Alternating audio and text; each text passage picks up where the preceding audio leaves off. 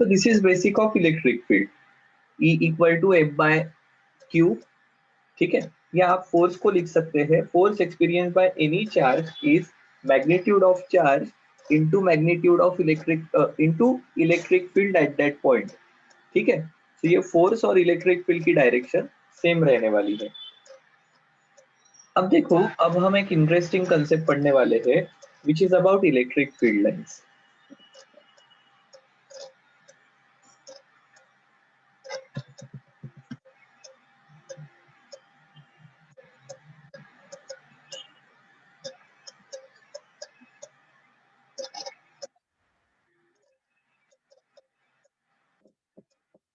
सो देखो, अगर ये कोई चार्ज है, सो इस पॉइंट की इलेक्ट्रिक फील्ड मतलब इस प्रकार से आप एक it's vector quantity to vector जैसा रिप्रेजेंट कर सकते हैं.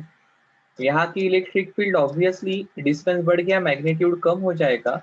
आपको इलेक्ट्रिक फील्ड का मैग्नीट्यूड पता है क्या होता है, 1/4 पाई इप्सिलॉन नॉट. जिस चार्ज के कारण है, this is capital Q upon R square. जैसे जैसे डिस्टेंस बढ़ते जाएगा वैसे वैसे ये मैग्नीट्यूड कम होते जाएगा. ठीक है, बिल्कुल सही है सर. तो इसे हम यहाँ पर ऐसे भी दिखा सकते हैं.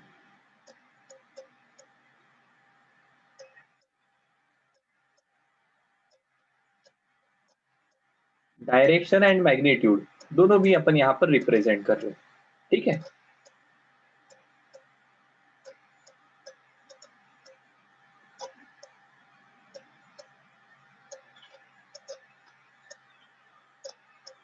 अब देखो, किसी ने अगर कहा कि सर ये इस प्रकार से एरोज दिखाने के जगह अगर मैंने लाइन दिखाई तो चलेगा क्या, क्या चल सकता है?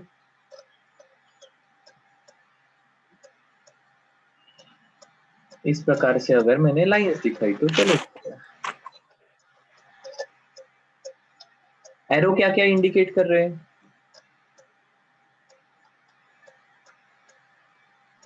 इलेक्ट्रिक. सर ये वेक्टर्स है ना, ये तो मैग्नीट्यूड और डायरेक्शन दोनों इंडिकेट कर रहे हैं. तो इस प्रकार से अगर आप लाइंस दिखाते हो तो चलेगा क्या? No sir. नहीं चलेगा. क्यों नहीं चलेगा? No sir. सर मैग्नीट्यूड कम होते जा रही है ना. ओके, तो मैग्नीट्यूड चेंज हो रहा है. उस मैग्नीट्यूड के बारे में जो इंफॉर्मेशन आपको इस एरोस के थ्रू मिल रही है वो इंफॉर्मेशन चली जाएगी, ऐसा आपको लग रहा है. बिल्कुल सही है कि सर देखो, ये मैग्नीट्यूड कम हो रहा है इसलिए आपने एरो की लेंथ कम दिखाई है, यहाँ पर पास में मैग्नीट्यूड ज्यादा है इसलिए एरो की लेंथ ज्यादा दिखाई है. सो वैसी इंफॉर्मेशन अगर आप इस प्रकार से लाइन निकालते हो तो ये इंफॉर्मेशन चली जाएगी सर. हमें मैग्नीट्यूड के बारे में कुछ भी नहीं पता चलेगा. बट ऐसा होता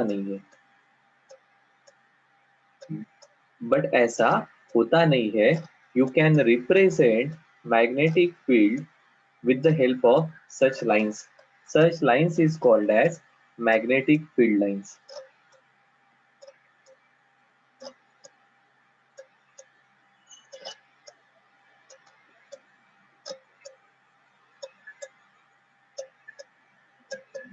So आप कहोगे सर आप ऐसा कैसे कह सकते हो कि यहाँ पर आप पहले जो इंफॉर्मेशन मुझे मिल रही थी वो इंफॉर्मेशन अब यहाँ पर मुझे नहीं मिलेगी. बट ऐसा नहीं है. देखो, if you are considering this area,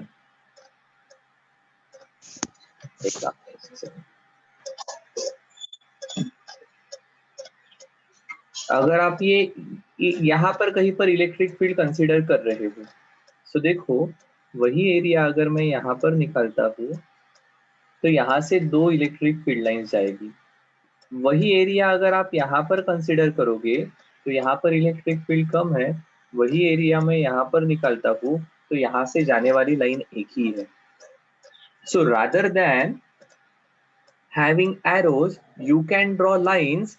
और फिर कह सकते हो कि गिवन पॉइंट पर इलेक्ट्रिक फील्ड ये डिपेंड करती है वहां के जो छोटा सा रीजन है वहां से कितनी इलेक्ट्रिक फील्ड लाइंस जा रही है.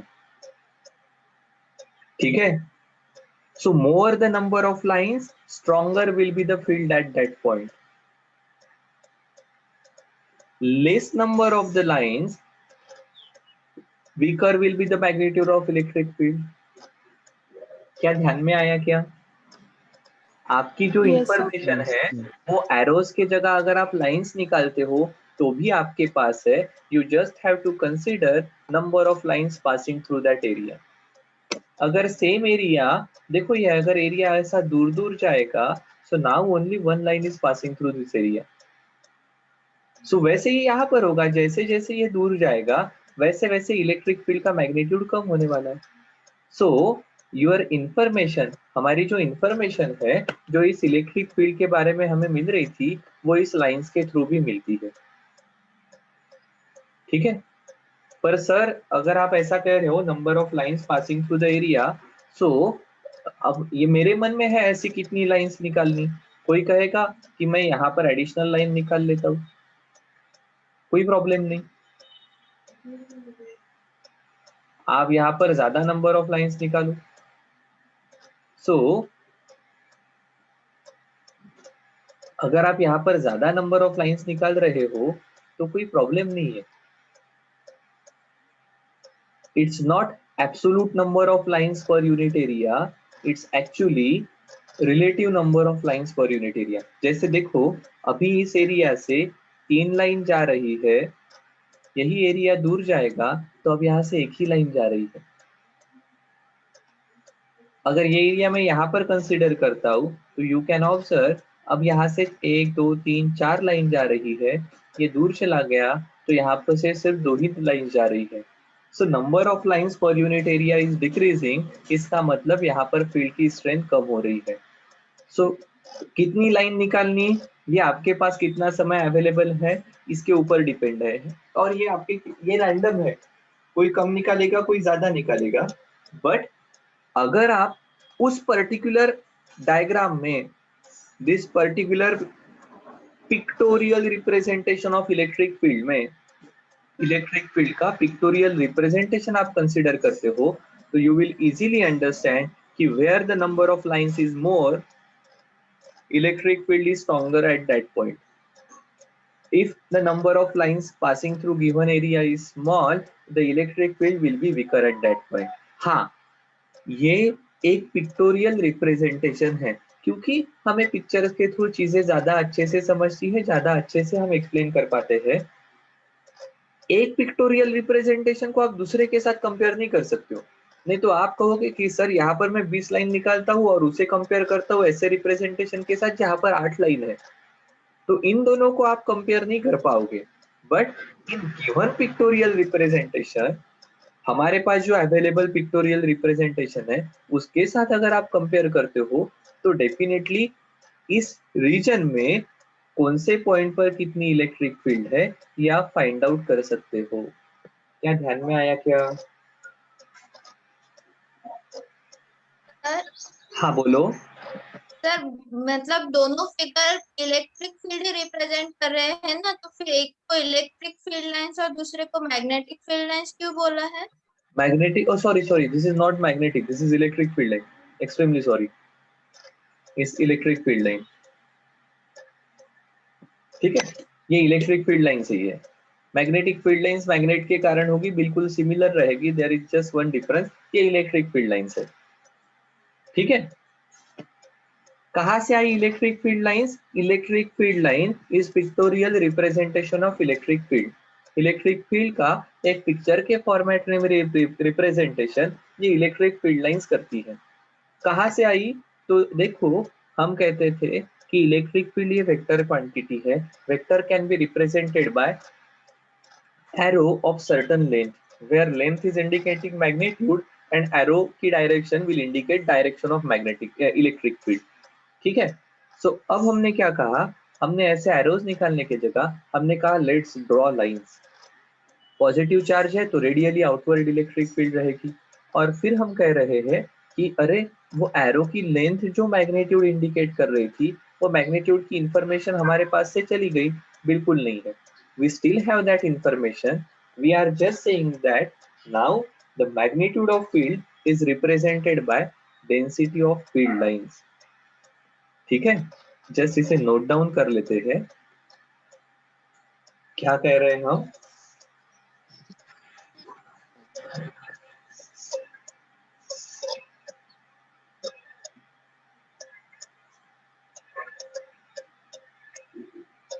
The density of electric field lines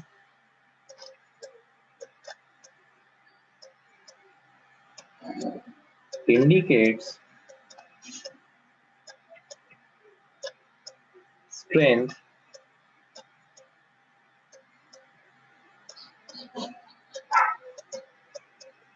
that is magnitude of electric field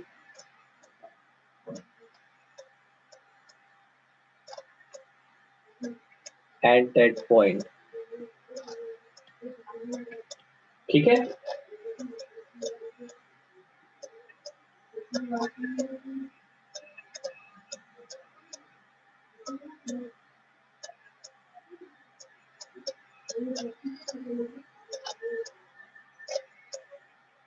electric field is stronger near the charge, so density of field lines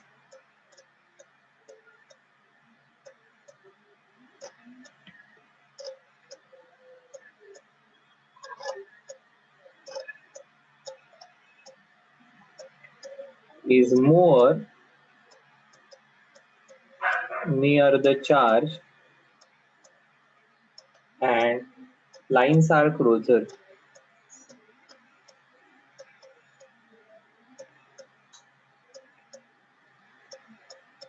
Electric field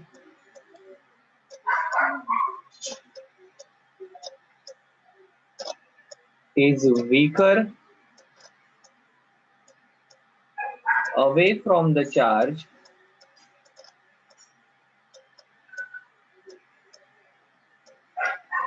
so density of field lines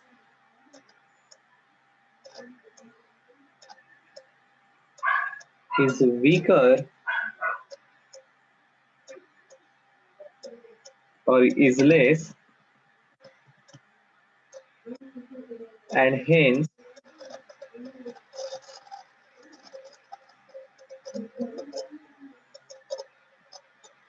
field lines are away from each other। ठीक है,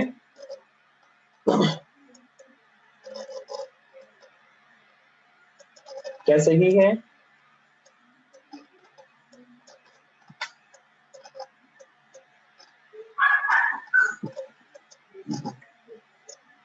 ठीक है,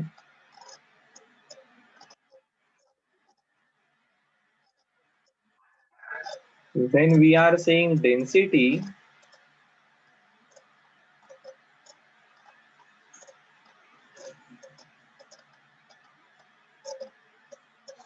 electric field lines,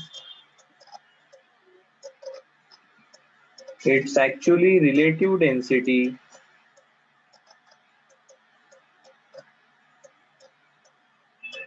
of same pictorial representation। ये ध्यान में रखना है। हाँ,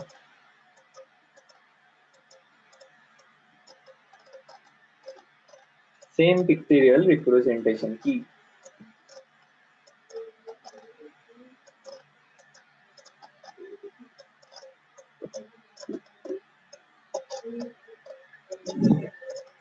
इसे अगर थोड़ा सा और समझना है तो we can understand this by considering solid angle.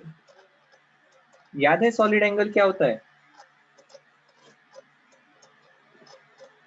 तो देखो, जैसे आपने कहा था planar angle,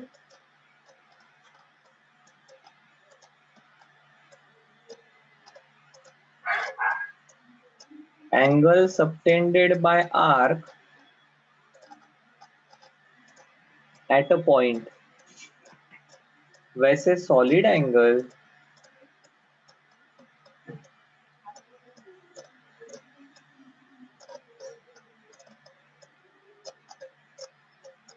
angle subtended by area at a point आप कहते हो D theta equal to D L upon R, ये आ जाता है रेडियन में प्लेनर एंगल, वाइल यहाँ पर D omega equal to D A upon R square, ये आता है स्टेरेडियन में। और इसे अगर आपको देना है तो you can obviously give it by this way.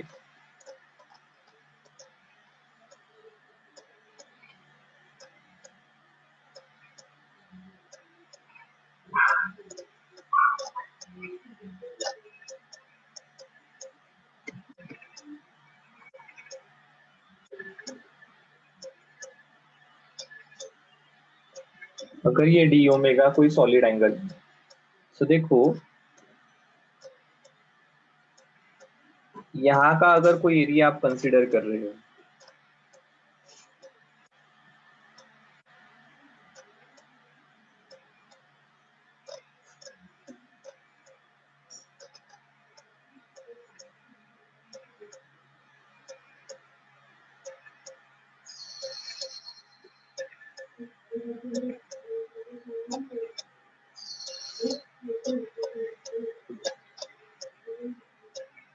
तो देखो जितनी लाइन इस छोटे एरिया से जा रही है उतनी ही लाइन इस एरिया से जा रही है।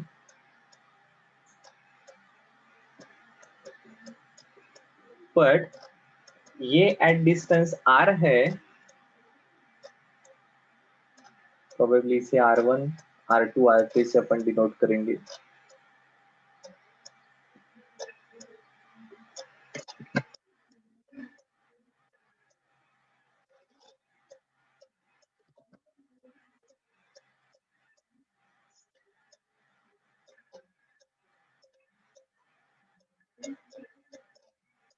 ठीक है, सो देखो यहां पर आप कह सकते हो कि डी ओमेगा जो रहेगा ये रहेगा D A one upon r1 का स्क्वायर। यहां पर आप कह सकते हो सेम डी ओमेगा, क्योंकि सॉलिड एंगल सबटेंडेड बाय ये दोनों एरिया ये सेम है, इन एरियाज ने सेम प्रकार का एंगल सबटेंड किया है, तो यह आ जाएगा dA2 अपॉन R2 का स्क्वायर। ठीक है, और यहाँ पर इस एंगल ने इस एरिया ने कवर सबटेंड किया हुआ एंगल कम है, तो यहाँ पर आप कह सकते हो ये कोई दूसरा एंगल रहेगा D omega 1 equal to dA3 upon R3 का स्क्वायर। क्या सही है क्या?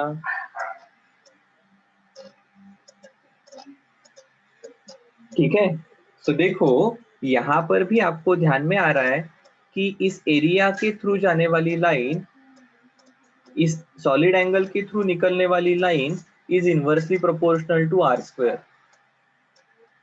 dA1 के थ्रू जाने वाली लाइन r1 का स्क्वायर, dA2 के थ्रू जाने वाली line is proportional to r2 का स्क्वायर, वही dA3 के थ्रू जाने वाली लाइन r3 का स्क्वायर।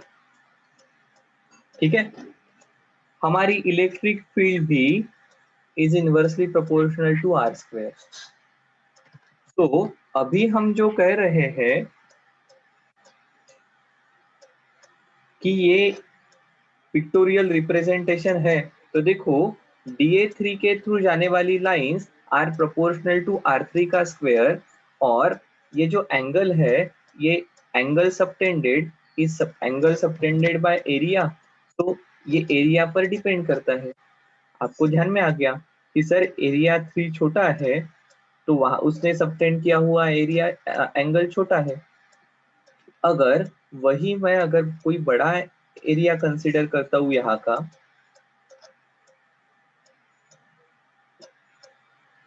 तो उसने सबटेंड किया हुआ एंगल बड़ा है, एंगल बड़ा तो नंबर ऑफ लाइंस पास होने वाली through this area will increase. क्या सही है? एरिया बढ़ गया तो एंगल बढ़ गया, तो उसमें से जाने वाली लाइंस बढ़ गई। जैसे जैसे डिस्टेंस बढ़ेगा वैसे वैसे ये एरिया बढ़ेगा। सो dA बाय आर स्क्वायर ये रेशो कांस्टेंट रहेगा। ठीक है, एरिया देखो अगर आप थोड़ा सा डिटेल में सोचोगे कि सर ये तो अगर एंगल बहुत बड़ा बन गया तो ये स्फीयर जैसा एरिया बन जाता है। अगर ये स्फीयर जैसा एरिया बन जाता है तो obviously area is proportional to distance का स्क्वायर। सो ये रेशो कांस्टेंट रहेगा, मतलब फॉर गिवन एंगल ये रेशो कांस्टेंट रहेगा। मतलब एरिया के थ्रू जाने वाली लाइन, यहाँ से निकलने वाली लाइन फिक्स रहेगी। ठीक है। सो जैसे जैसे दूर जाओगे उस एरिया के थ्रू निकलने वाली लाइंस कम होते जाएगी, मतलब डेंसिटी कम होते जाएगी। मतलब अभी हमने कहा कि if the lines are closer, कहा गया lines are away from each other electric field is weaker. अगर lines are closer electric field is stronger. तो वही चीज इस प्रकार से आपको सॉलिड एंगल से भी ध्यान में आ जाएगी। क्या सही है क्या? हाँ या ना? ठीक है। सो ये सिर्फ मैथमेटिकल फॉर्म में रिप्रेजेंटेशन है कि देखो ये लाइंस, इलेक्ट्रिक फील्ड जो है ये inversely proportional to R square है। वही सॉलिड एंगल के केस में हमें ध्यान में आ रहा है कि this D omega is inversely proportional to R square. Electric field also inversely proportional to R square. ठीक है, इतना ही हमारा कहना है। ठीक है। अब देखो इस इलेक्ट्रिक फील्ड लाइंस की कुछ प्रॉपर्टीज है जो यहाँ से हमें ध्यान में आई, उनको हम सेपरेटली नोट डाउन कर लेते हैं। जो यहाँ पर लिखा है डायग्राम के थ्रू जो समझा वही, सिर्फ we are separately noting it down. Properties of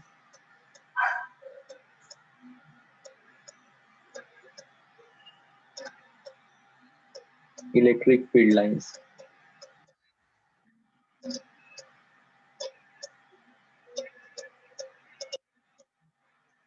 पहला,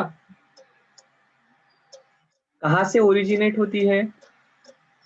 तो हमने कहा कि अगर आपका पॉजिटिव चार्ज है तो ये radially outward from positive charge and radially inward for negative charge. इसका मतलब ये electric field line positive charge से शुरू होगी और नेगेटिव चार्ज अगर है तो वहां जाकर टर्मिनेट होने वाली है।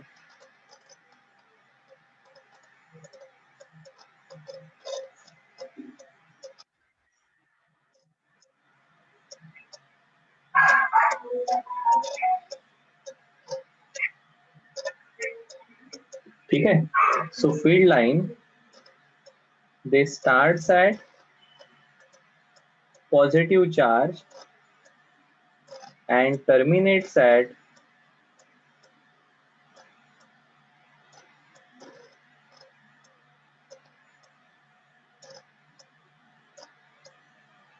Negative charge. ठीक है, पॉजिटिव चार्ज से शुरू होगी, नेगेटिव चार्ज पर जाकर टर्मिनेट होगी।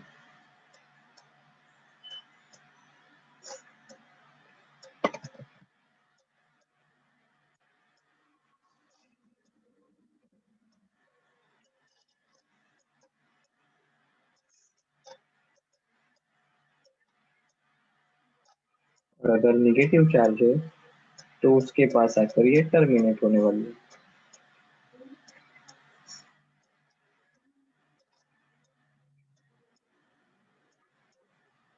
ठीक है। दूसरा क्या है?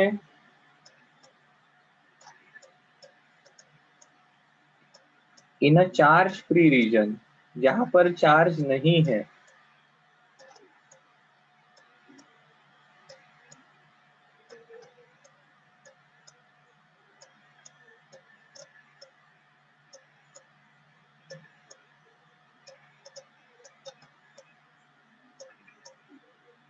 Electric field lines are continuous curve without break.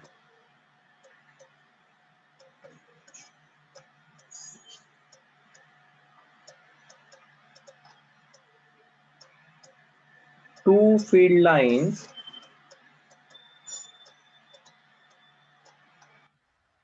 will never intersect each other.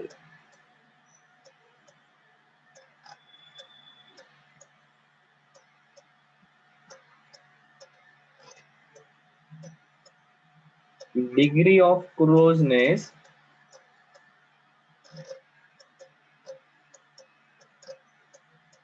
indicates strength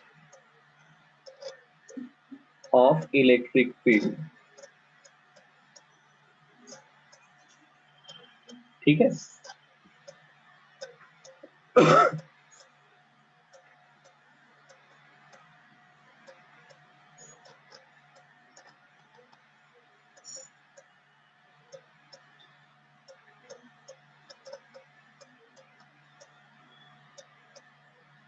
और आखिरी प्रॉपर्टी लिखते हैं,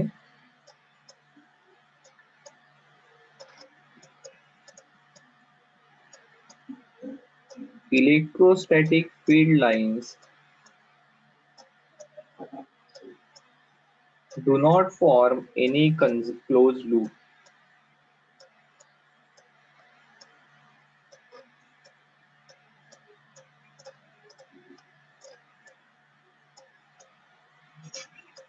क्या याद आया क्या थोड़ा सा कि ये हमने पहले कहीं पर लिखी है ऐसी property? Sir magnetic field lines में। Exactly, these are very very similar to magnetic field lines. सिर्फ वन मेजर डिफरेंस है, कौन सा? वो भी पॉजिटिव नॉर्थ पोल पर स्टार्ट होती है, साउथ पोल पर टर्मिनेट होती है। जैसे ये पॉजिटिव पर स्टार्ट हो रही है, नेगेटिव पर टर्मिनेट हो रही है। वहां पर भी magnetic field lines never intersect each other, यहाँ पर भी electric field lines never intersect each other. यहाँ पर पोल नहीं है, वहां पर वो भी पैरेलल थी जैसे मैग्नेट के अंदर, और डिग्री ऑफ क्लोजनेस वहां पर भी स्ट्रेंथ इंडिकेट कर रही थी। The only major difference is electrostatic field lines do not form any closed loop. जहां से शुरू हुई वहां पर ही टर्मिनेट हुई। इसका मतलब पॉजिटिव एंड नेगेटिव चार्जेस एक दूसरे पर आ गए तो वहां पर चार्ज ही नहीं रहेगा, तो इलेक्ट्रिक फील्ड ही नहीं रहेगी। So they are not going to form any closed loop. While magnetic field lines ये closed and continuous थी, closed loop form कर रही थी। क्या सही है क्या? हाँ या ना? Yes sir. हाँ। So बस यही मेजर डिफरेंस है कि मैग्नेटिक फील्ड लाइंस ये आपको क्लोज कंटिन्यूअस लूप फॉर्म कर रही थी, ये इस प्रकार से नहीं करेगी।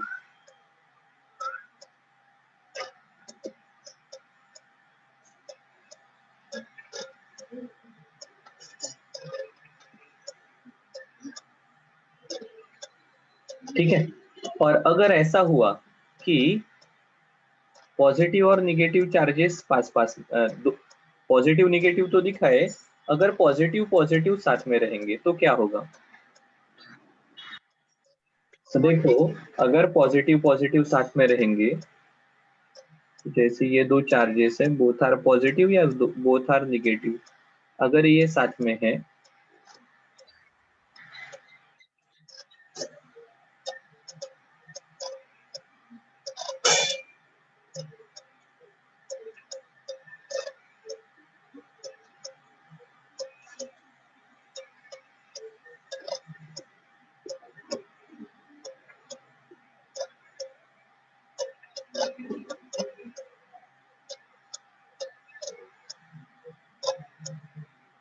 इस प्रकार से ये लाइन रहेगी।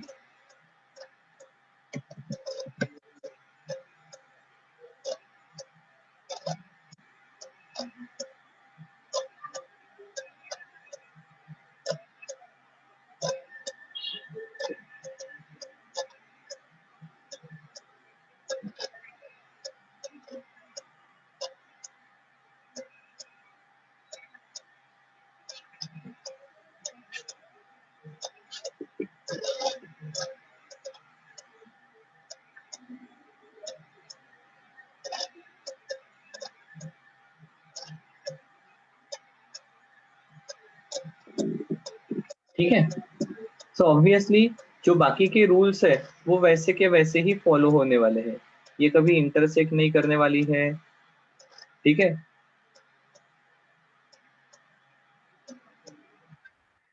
देखो एक चीज ध्यान में रखनी है, ये electric field lines eight the and indicate क्या करती है? इलेक्ट्रिक फील्ड मतलब क्या? इलेक्ट्रिक फील्ड मतलब पॉजिटिव चार्ज कहाँ पर फोर्स एक्सपीरियंस करेगा। अब देखो, अगर मैं पॉजिटिव चार्ज बनकर यहाँ पर आया तो ऑब्वियसली ये भी पॉजिटिव मुझे रिपेल करने वाला है, ये भी रिपेल करने वाला है, रिजल्टेंट फोर्स इस डायरेक्शन में लगेगा। अगर मैं पॉजिटिव चार्ज बनकर यहाँ पर आया तो ये फोर्स इस प्रकार से लगेगा। अब यहाँ पर हूँ तो इसके कारण भी रिपेल होने वाला है, उसके कारण भी रिपेल होने वाला है। अब यहाँ पर हूँ तो ये पॉजिटिव रिपेल करेगा पर ये अट्रैक्ट करेगा, तो मैं ऐसे जाऊंगा। So at the end electric field lines ये आपके यूनिट पॉजिटिव चार्ज पर लगने वाला फोर्स ही इंडिकेट करती है। ठीक है,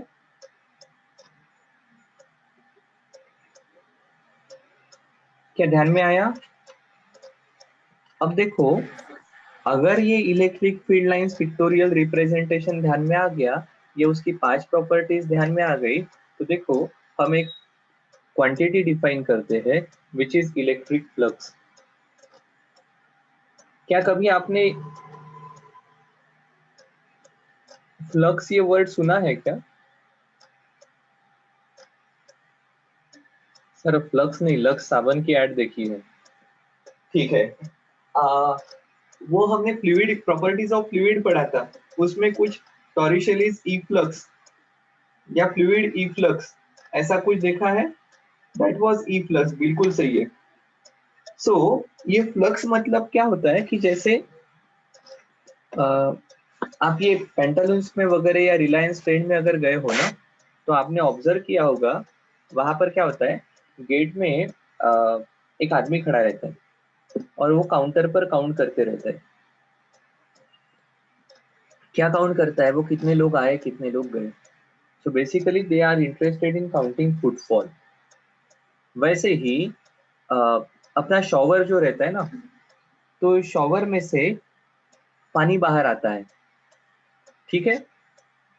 सो ये फ्लक्स ये इनसे रिलेटेड है कि गिवन एरिया में से, गिवन जगह में से कितनी क्वांटिटी बाहर निकल रही है या कितनी क्वांटिटी का आना जाना हो रहा है। ठीक है, तो जैसे अपने फ्लूइड के केस में, शॉवर के केस में हम कह रहे हैं कि वो शॉवर के एरिया से कितना पानी कहाँ पर जा रहा है, that will be fluid flux. इसका इफेक्ट कहाँ पर पड़ेगा? तो शॉवर के सामने वाले कितने रीजन में पानी आने वाला है या कितने रीजन में आपने नहाना चाहिए।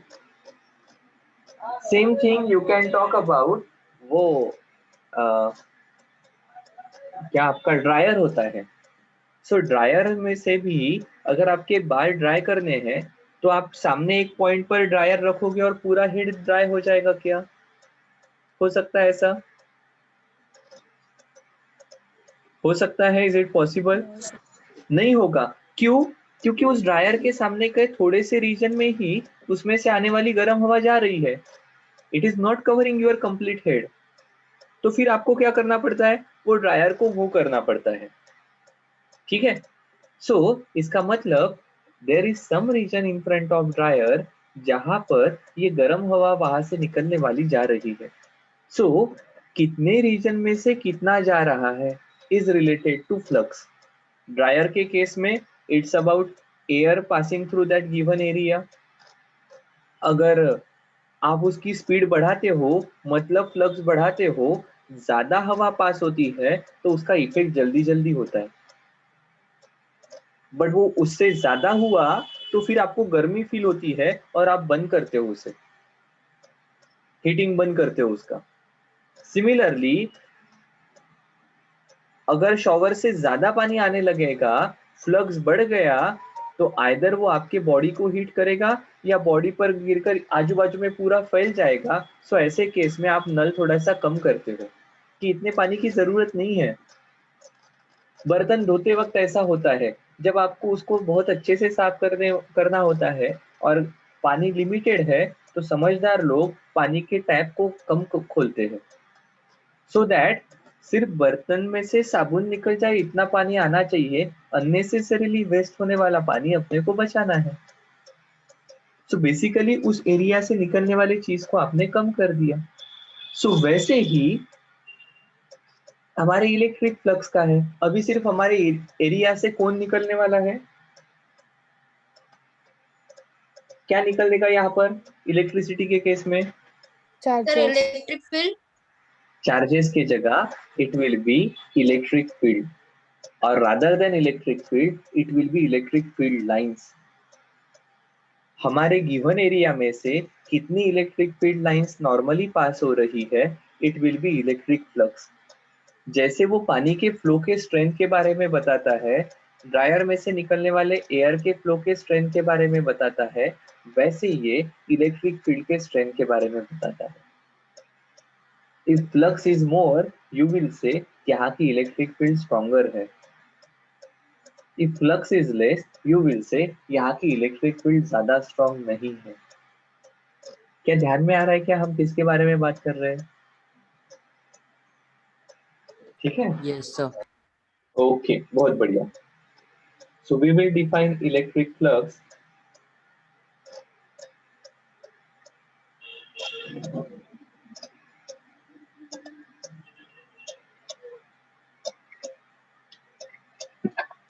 The electric flux is defined as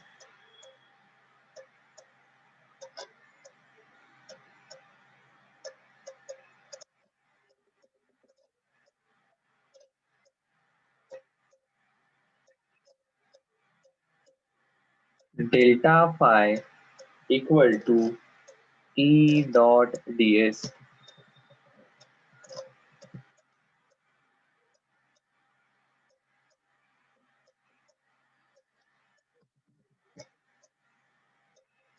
Equal to E ds cos theta.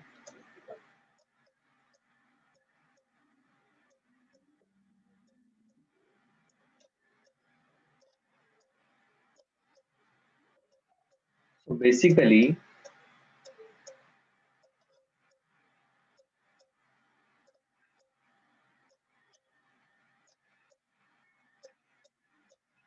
electric flux is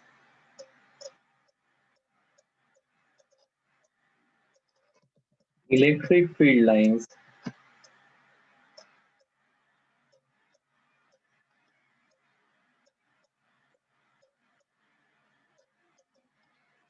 passing normally through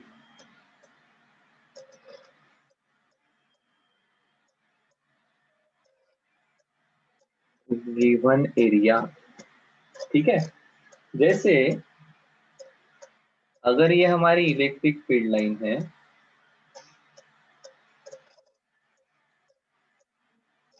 और इस प्रकार से हमारा एरिया वेक्टर है,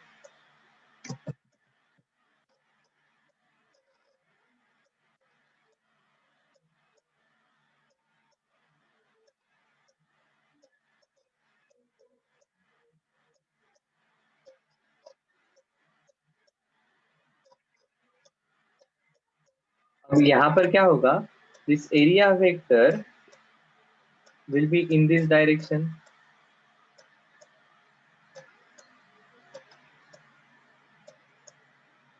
area vector, area is a vector quantity, हाँ, और एरिया वेक्टर की डायरेक्शन क्या होती है? So it is perpendicular to plane. So यह अगर हमारी इलेक्ट्रिक फील्ड है,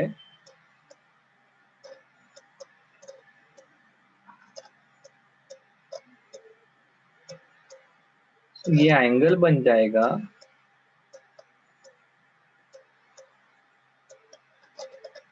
theta will be angle between E and S। सो देखो E cos theta, E cos theta मतलब क्या हो जाएगा? Component of E along area vector, या ds cos थीटा मतलब ds cos थीटा मतलब s का component along E, that is इस एरिया वेक्टर का कंपोनेंट, इस एरिया वेक्टर का component along the direction of electric field. मतलब आप इस एरिया के बारे में बात करोगे।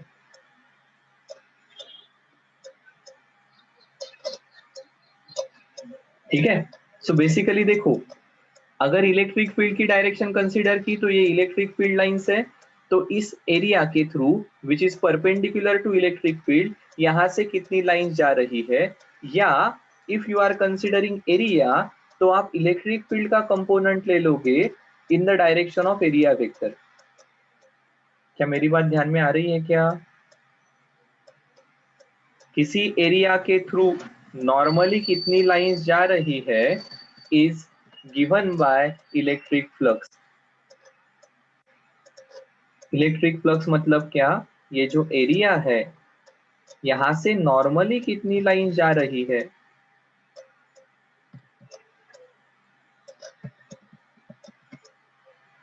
ये वाला एरिया। सर ये वाला क्यों कंसीडर किया? बिकॉज इसका जो कंपोनेंट इस this area vector is in the direction of electric field, this is S cos theta. या फिर आपको क्या करना पड़ेगा, ई का कंपोनेंट लेना पड़ेगा इन द डायरेक्शन ऑफ एस, मतलब ये वाला।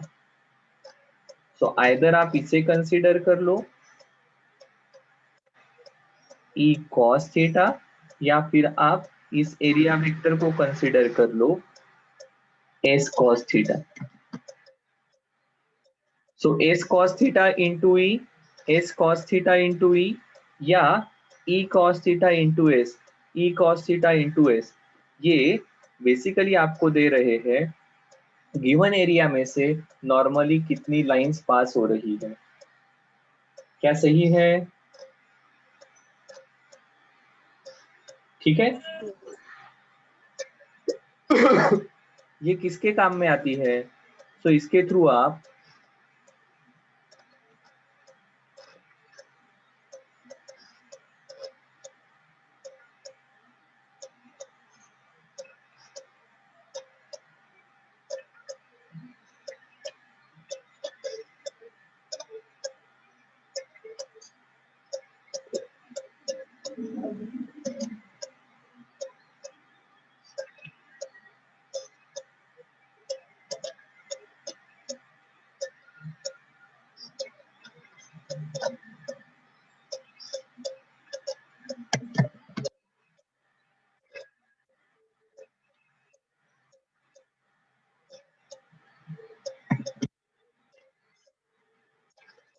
देखो क्या कहा, the concept of electric flux is use to calculate total flux through given area.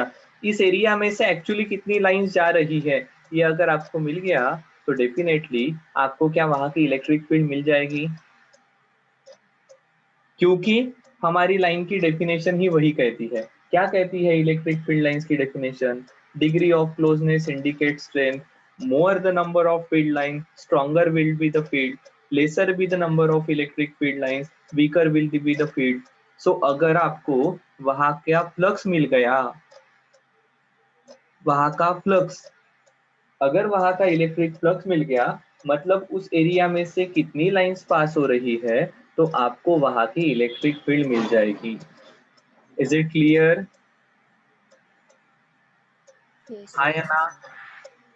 ठीक है, बिल्कुल। देखो इसे ना थोड़ा सा ये अभी समझने में आपको थोड़ा सा आर्बिट लगेगा कि सर ये क्या फ्लक्स क्या है, कहाँ लाइन पास हो रही है, कहाँ पर एरिया वेक्टर आ रहा है, बट इट्स सो सिंपल। ये मेरा अगर कोई चार्ज है तो इसके आजू बाजू का कोई ना कोई ये 3 डायमेंशनल वॉल्यूम स्फीयर रहेगा। तो इसका कोई भी अगर आप एरिया कंसीडर करते हो तो यहाँ से जो इलेक्ट्रिक फील्ड लाइंस निकलेगी उसके प्रोपोर्शनल यहाँ की स्ट्रेंथ रहेगी। ठीक है, सो इस प्रकार से इलेक्ट्रिक फील्ड की स्ट्रेंथ निकालने में ये फ्लक्स का कंसेप्ट काम में आता है। ठीक है, एक दो दिन रुको, आपको जब अपन इसके प्रैक्टिस क्वेश्चंस करेंगे और गॉस के थ्योरम में इसको अप्लाई करेंगे तो इलेक्ट्रिक फ्लक्स को आपको आराम से ध्यान में आ जाएगा। अभी इतना ही ध्यान में रखना, electric flux is nothing but number of electric field lines passing through a given area. ठीक है, और ये इलेक्ट्रिक फ्लक्स आपको इनडायरेक्टली, देखो यहां से आपको ध्यान में आएगा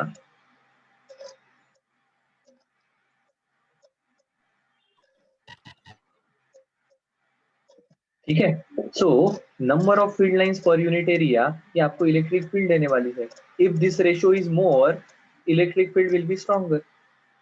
if this ratio is less, number of lines passing through area is smaller, electric field will be weaker. यही तो हम कह रहे थे। Degree of closeness indicate strength of electric field. कितनी लाइंस किस एरिया में से जा रही है ये आपको स्ट्रेंथ देने वाली है। वही हमने ये सॉलिड एंगल के थ्रू देखा कि अगर एरिया में से उतनी ही लाइन जा रही है, देखो इस पॉइंट के बारे में अगर आप देखोगे, यहाँ पे भी नंबर ऑफ लाइंस उतनी है, यहाँ पे भी नंबर ऑफ लाइंस उतनी ही है। So D five by D S and D five by D S के जगह यहाँ पर डी ए लेना पड़ेगा अपने को, मतलब ये आ जाएगा और यहाँ पर आप लिखोगे